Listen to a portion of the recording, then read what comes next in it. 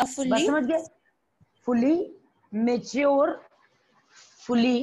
Mature and functional hormone.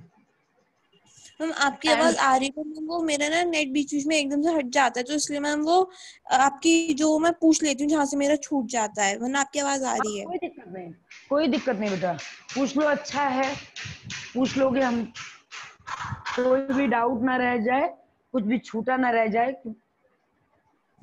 Yes ma'am.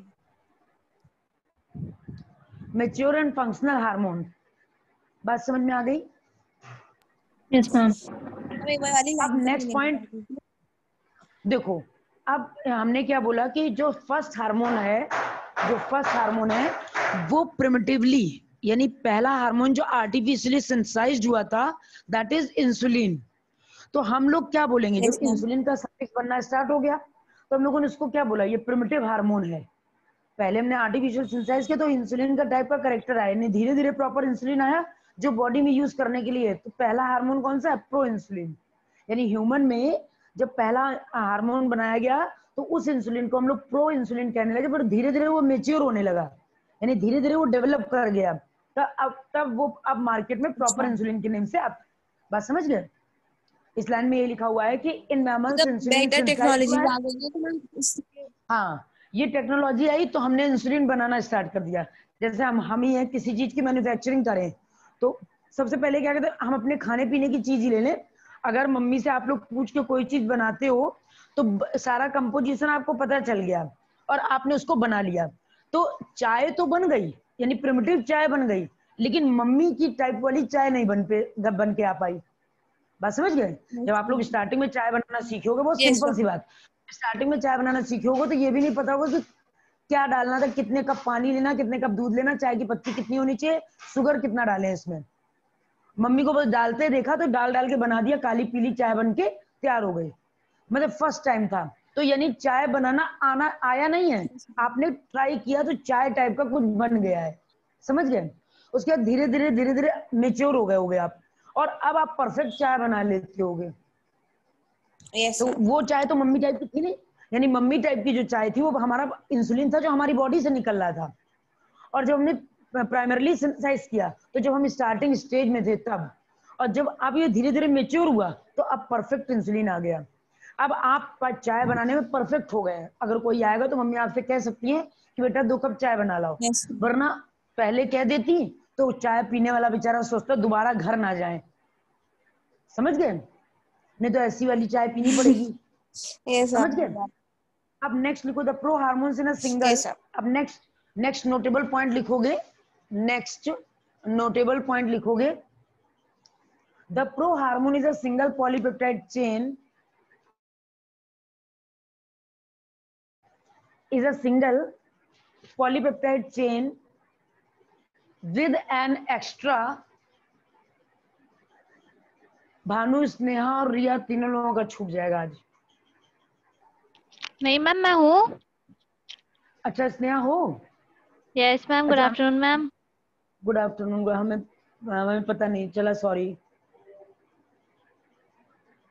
The pro hormone is a single polypeptide chain, ये notable point डालकर लिखोगे, the pro hormone is a single polypeptide chain, यानी जो primitive hormone था वो एक single polypeptide chain थी, जबकि होनी कितनी चाहिए, ए और बी, 2 होनी चाहिए थी, लेकिन स्टार्टिंग हो रही है ना, हमने बनाया 2 होनी चाहिए थी, एक पॉलीपेप्टाइड चेन है। और हम पॉलीपेप्टाइड क्यों कह रहे हैं? क्योंकि इसमें अमीनो एसिड बहुत ज्यादा है, अमीनो एसिड की चेन बहुत ज्यादा है। ठीक है, तो अब लिखो, the prohormones is a single polypeptide chain with an extra stretch.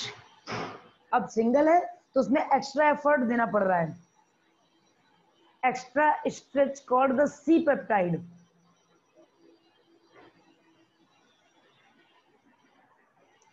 Called the C peptide.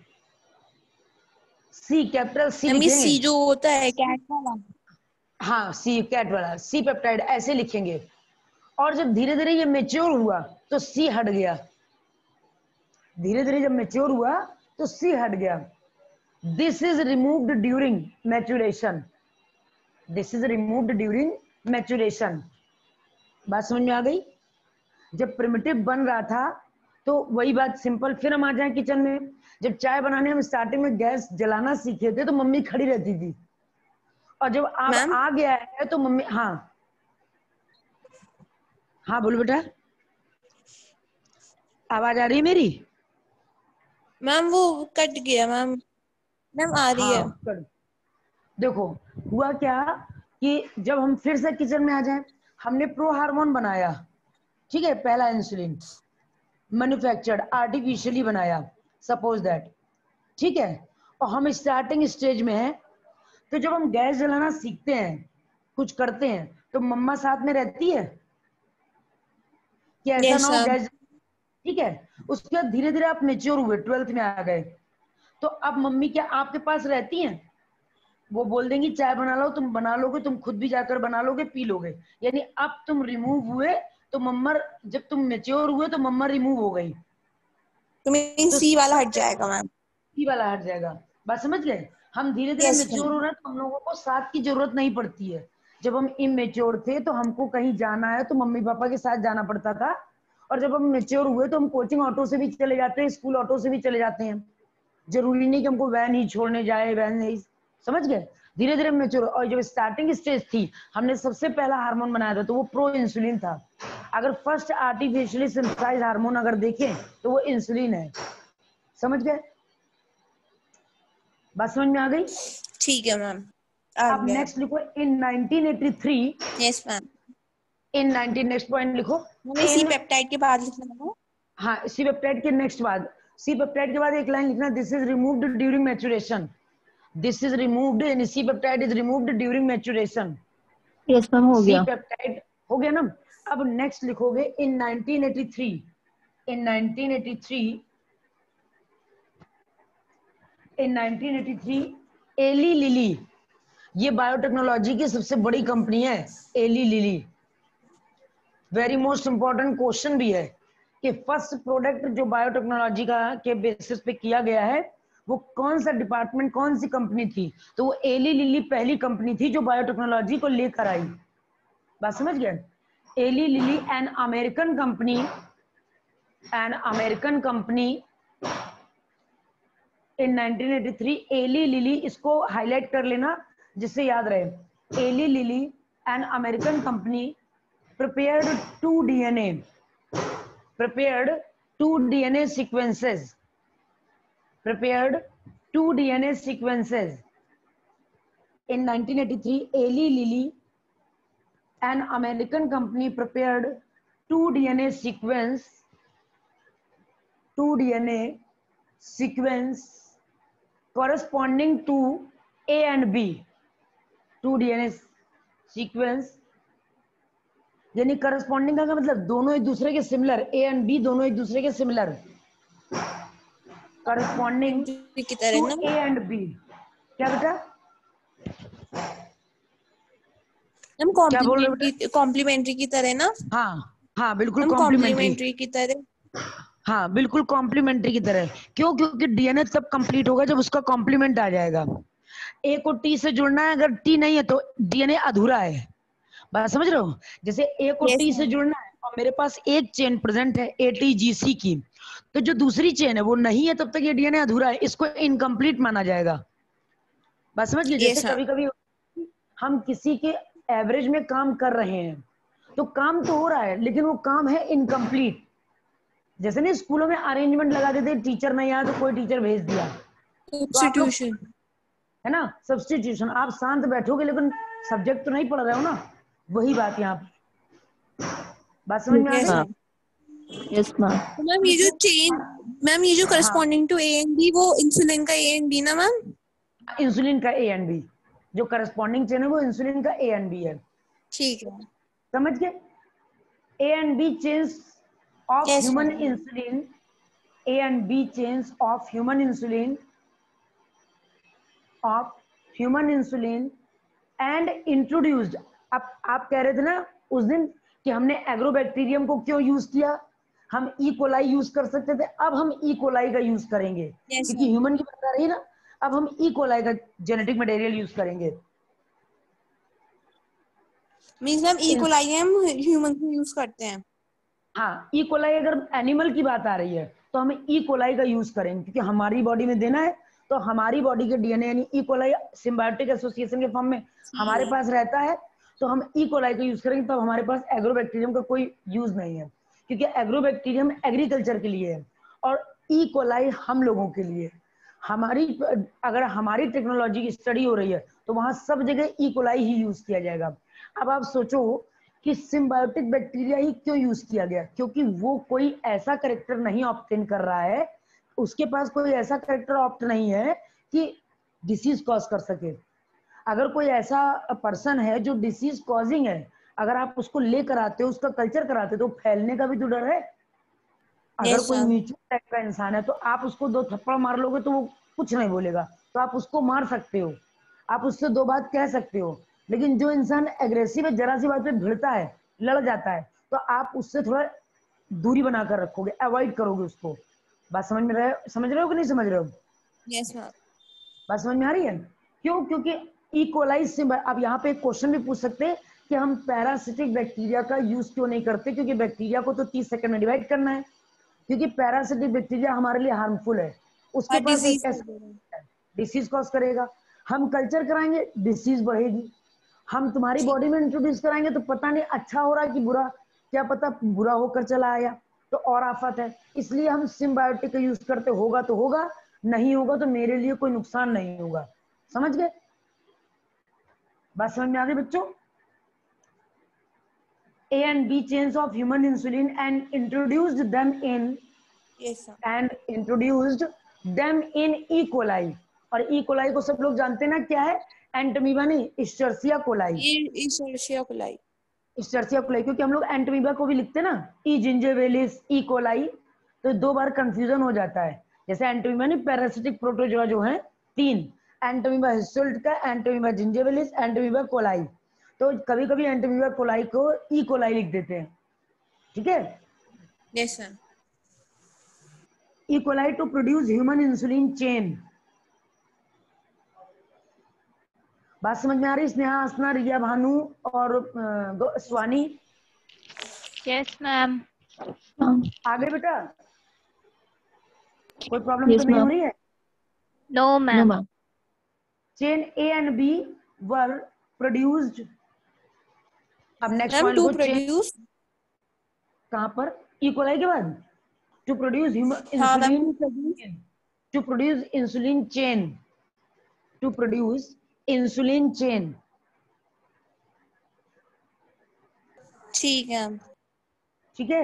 अब लिखो chain A and B were produced separately. Chain A and B were produced separately, were produced separately, extracted, were produced separately, extracted,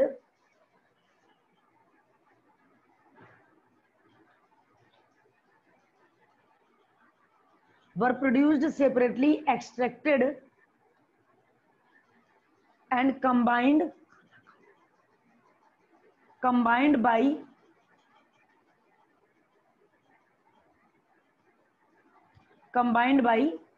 creating disulphide bond. यानी 2 chain बनी थी, अब दोनों chain disulphide bond की help से जुड़ रही है। बात समझ गए? दोनों चेन बनी थी, अब दोनों चेन डाइसल्फाइड बॉन्ड की हेल्प से जुड़ रही हैं। दोनों चेन डाइसल्फाइड बॉन्ड की हेल्प से जुड़ रही हैं। हाँ। करते कैसे हैं मैम ये लोग, कि कोई ऐसी कुछ करके कैसे बना कर देते हैं जॉइन और ये सब? देखो, हाँ, अब हम ये क्या कर रहे हैं कि सपोज करो कि हमको इंसुलिन बनाने का जीन बनाना है, ठीक है? तो हमने एक कल्चर मीडियम लिया है, कल्चर मीडियम लिया है। जो कल्चर मीडियम, अगर हम आर्टिफिशियली कल्चर को प्रिपेयर करते हैं तो ये टेक्निक कौन सी है? इनविट्रो। बात समझ गए? In vitro culture. बेबीज थे। हाँ, जैसे बेबी वाला था आईवीएफ। इनविट्रो कल्चर ले लिया, नहीं यानी इस कल्चर को हमने आर्टिफिशियली बना लिया और इस कल्चर में डाला क्या है? Agarose gel. Agarose gel. और ये जो जेल है इसकी एक क्वालिटी होती है कि ये फीलिंग देता है लिविंग मीडियम जैसी। जैसे जो काम हमारी बॉडी में जिस मीडियम में हो रहा है, इसकी प्रॉपर्टी होती है कि ये लिविंग मीडियम की फीलिंग देता है। इसके अंदर ऐसे कैरेक्टर है कि अगर कोई चीज डालोगे तो ऐसा लगेगा लिविंग बॉडी में हो रही है। बस समझ गए। अब हमको क्या करना था, आर्टिफिशियल इंसुलिन बनाना था। तो हम पैंक्रियाज लेके आए, तो पैंक्रियाज से इंसुलिन नहीं बनाने लगे, पैंक्रियाज सीप का पैंक्रियाज लेके आए, कैटल्स का लेके आए। कैटल्स के पैंक्रियाज में सेल्स देखा कि उसके पास कौन सा जीन ऐसा था जो इंसुलिन बना सकता था। हमने उस जीन को कल्चर कराना शुरू कर दिया, और उस जीन को कल्चर करा के हमने आर्टिफिशियल जो जीन कल्चर हुआ उसको ई कोलाई में डाल दिया। ई कोलाई इंसुलिन का प्रोडक्शन करने लगा, आराम से इंसुलिन बन गया आर्टिफिशियल। बात समझ गए। हम वेक्टर का Yes, यूज ma'am. इधर उधर करने में कर रहे हैं प्लाज्मिड में। हमको जेनेटिकली मॉडिफाइड कुछ भी बनाना है, अगर मेरे पास जो करेक्टर नहीं है, अगर वो करेक्टर हमको तुम्हारे पास से अपने पास लाना है, तो उसके लिए एक वेक्टर चाहिए, क्योंकि डीएनए अपने आप टहल के नहीं जाएगा। डीएनए किसी से चिपकेगा तब तुम्हारी बॉडी में घुसेगा। तो वो जो चिपकने वाला पैटर्न है वो है वेक्टर, उसको बोलते हैं प्लाज्मिड। प्लाज्मिड मैम लेकर हम गया। मैम हम बिना वेक्टर के, लेकिन मैम मैंने निकाला होस्ट से, उसे ऐसे लेके जाके एकदम से उसमें डाल दिया। मैम ऐसे नहीं कर सकते हम? नहीं कर सकते। क्यों? क्योंकि जैसे किडनी ट्रांसप्लांट करते हैं, तो जब हम किडनी निकालते हैं किसी की बॉडी से, तो उस किडनी को तुरंत वाइवो मीडियम देना पड़ता है, क्योंकि तुरंत किडनी निकाल के तुरंत एडजस्ट नहीं कर सकते हैं।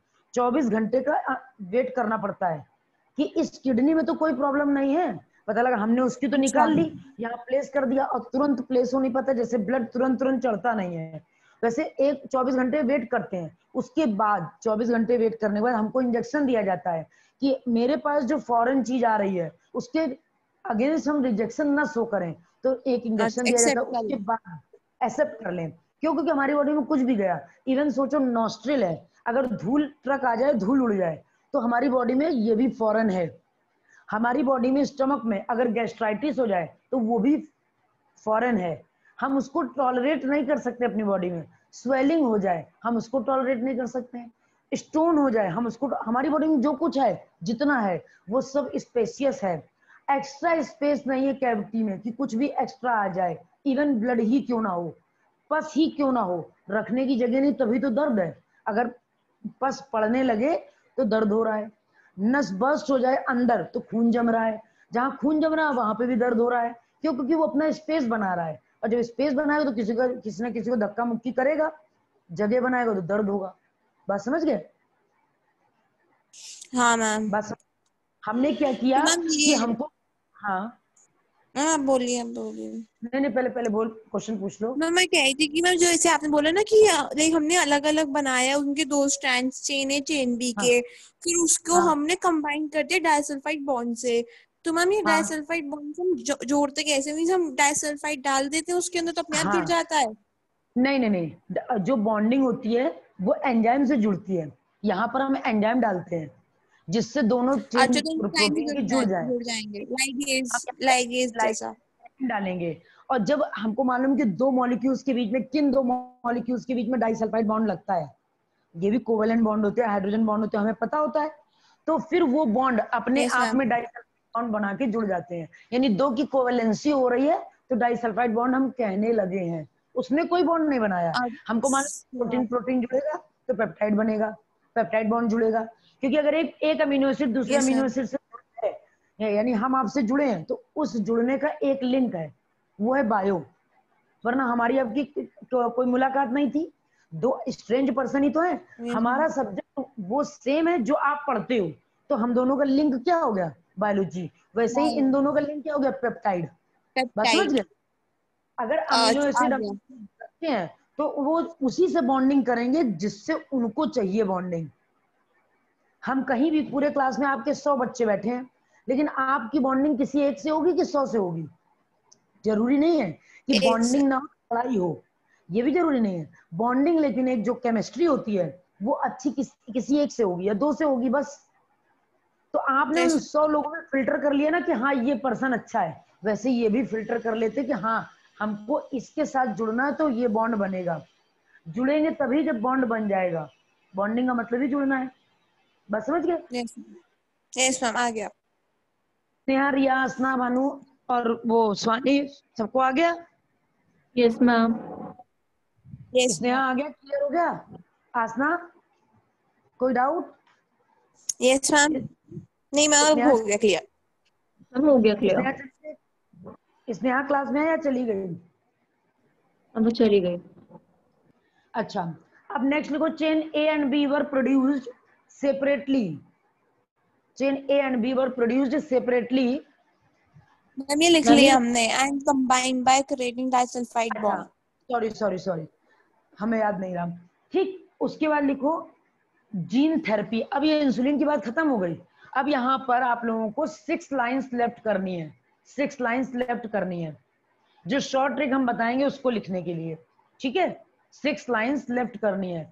हर चैप्टर को जब रिवीजन, अगर रिवीजन आप लोग करोगे तो रिवीजन के जैसे ही रिवीजन स्टार्ट करेंगे तो रिवीजन के बाद एक एक पेज हर उसमें पेस्ट करवा देंगे। ये रिवीजन उसकी ये शॉर्ट ट्रिक, ये रिवीजन उसकी ये शॉर्ट ट्रिक, बस पढ़ते जाओ, तैयार करते जाओ। समझ गए? समझ गए बच्चों?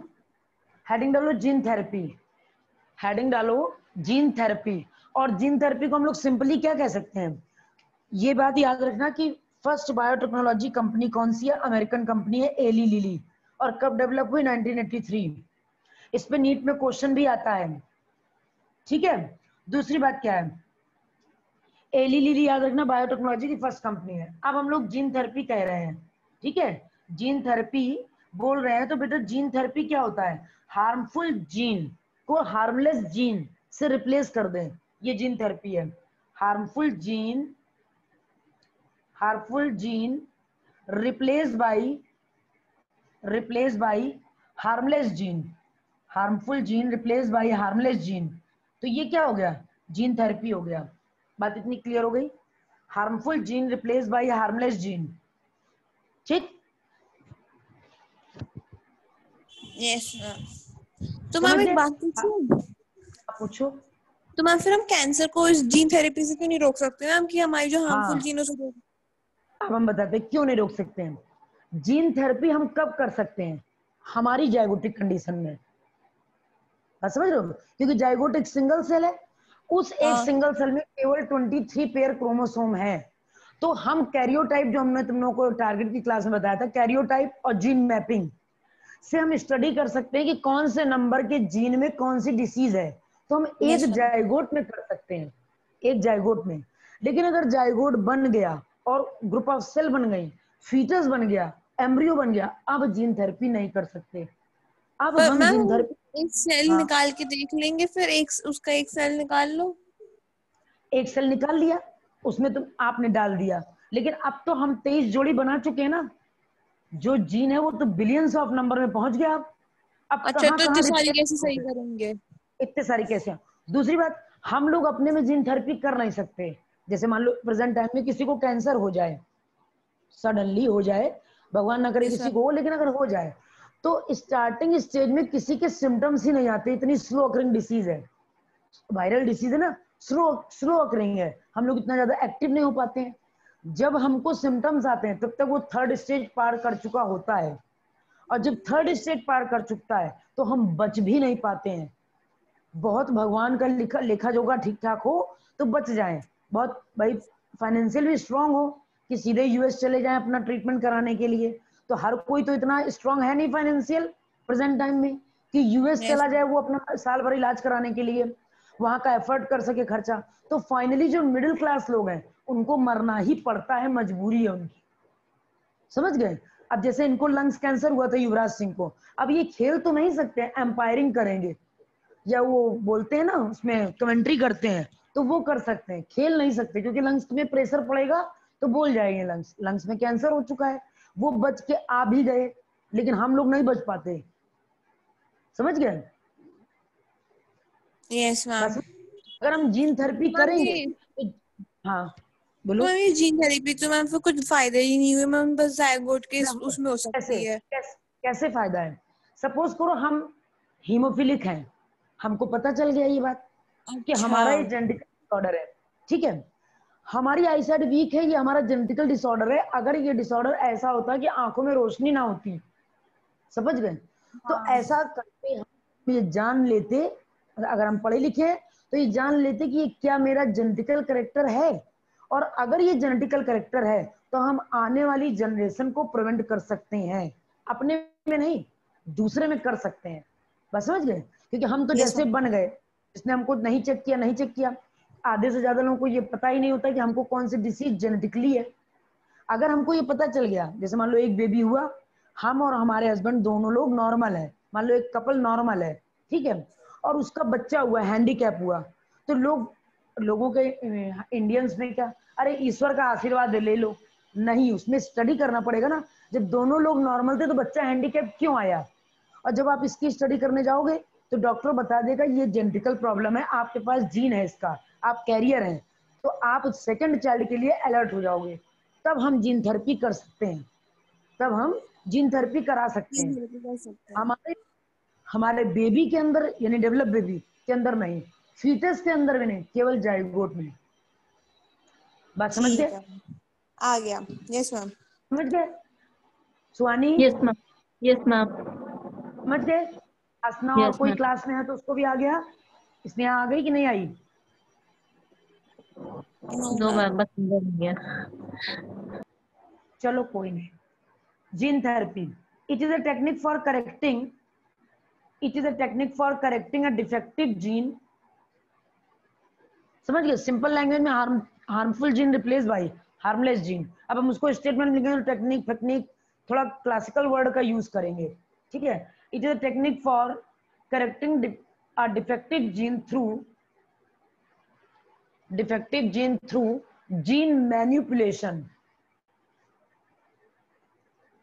defective gene through gene manipulation।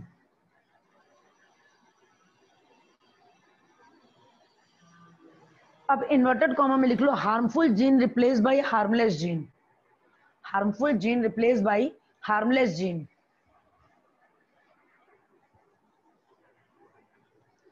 Harmful gene replace by harmless gene.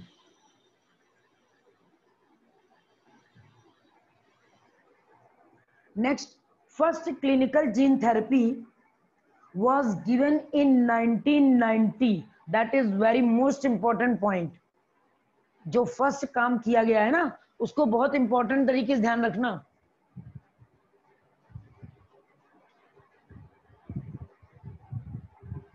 बात समझ रहे हो बच्चों? Yes ma'am. Ma'am was discovered in The first clinical gene therapy was given in 1990. ठीक है, in 1990 to a 4-year-old girl, to a 4-year-old girl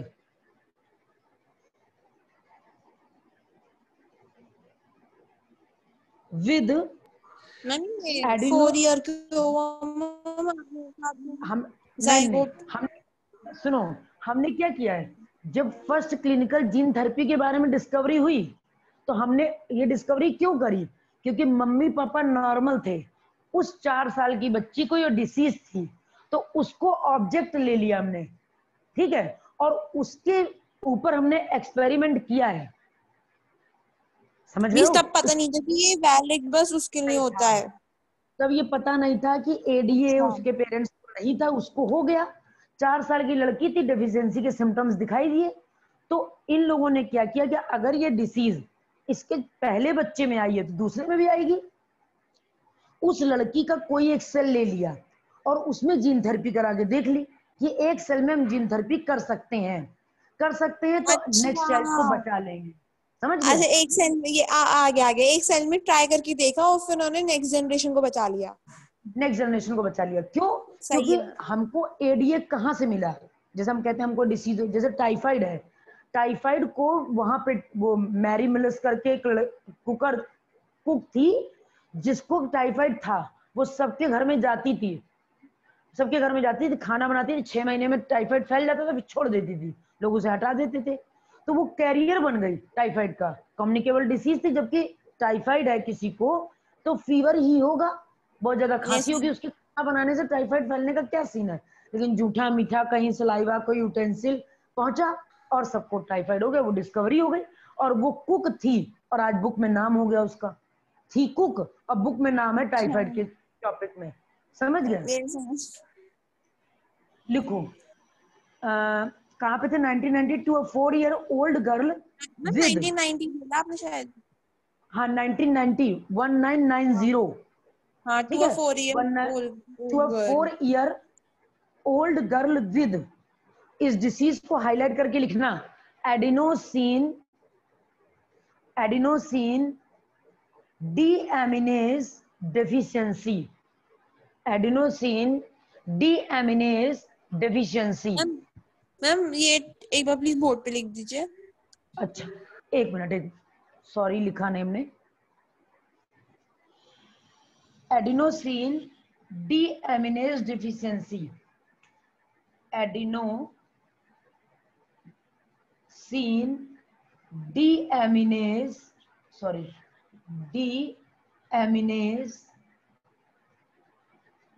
deficiency. ठीक, इसको inverted comma में क्लोज कर लेंगे और शॉर्टकट लिखेंगे ADA।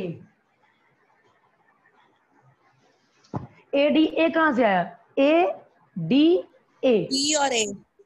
अच्छा समझ गए? अच्छा। A D और A, डेफिशिएंसी तो अलग है। डेफिशिएंसी तो yes किसी भी चीज के, एडिनोसिन डीएमिनेज केवल डिसीज है और ये डेफिशिएंसी कैसी डेफिशिएंसी डिसीज है। yes ma'am. समझ गए? yes अब मैम। लिखो this disorder is caused due to the, इसको पूरे को हाईलाइट कर लेना लर्न करने के लिए कि एडीए में एक्चुअल में हुआ क्या। हमको उस 4 साल की लड़की में कौन से सिम्टम्स दिखाई दिए जब हम जीन थेरेपी करने के लिए इंड्यूस्ड हो गए, इनिशिएट हो गए। मतलब क्यों ऐसी डिसीज आई। नॉर्मल सी बात है कि अगर कोई नया करेक्टर आता है तभी हम उस चीज को खोजना स्टार्ट करते हैं कि कहाँ से खोजेंगे। अगर कोई न्यू करेक्टर आता है तब हम खोजना स्टार्ट करते हैं कि हम कहाँ से खोजेंगे इसको, ये क्यों आया है। अगर सपोज करो हम लोगों की लाइफ स्मूथ चल रही हो तो हम कोरोना के बारे में जानते, हम No, कोरोना ma'am. के वैक्सीन के लिए लड़ते अगर स्मूथ चल रही है। नहीं, नई आई ma'am. डिस्कवरी, ठीक है, हमने स्टार्टिंग में इसको पढ़ रखा था, सार्स डिसीज है ये, सेवर इम्यून हाँ। Auto immune disease. अब ये इस फॉर्म में 2020 में आ जाएगी महामारी बनके। किसी को नॉलेज था या कोई पढ़ता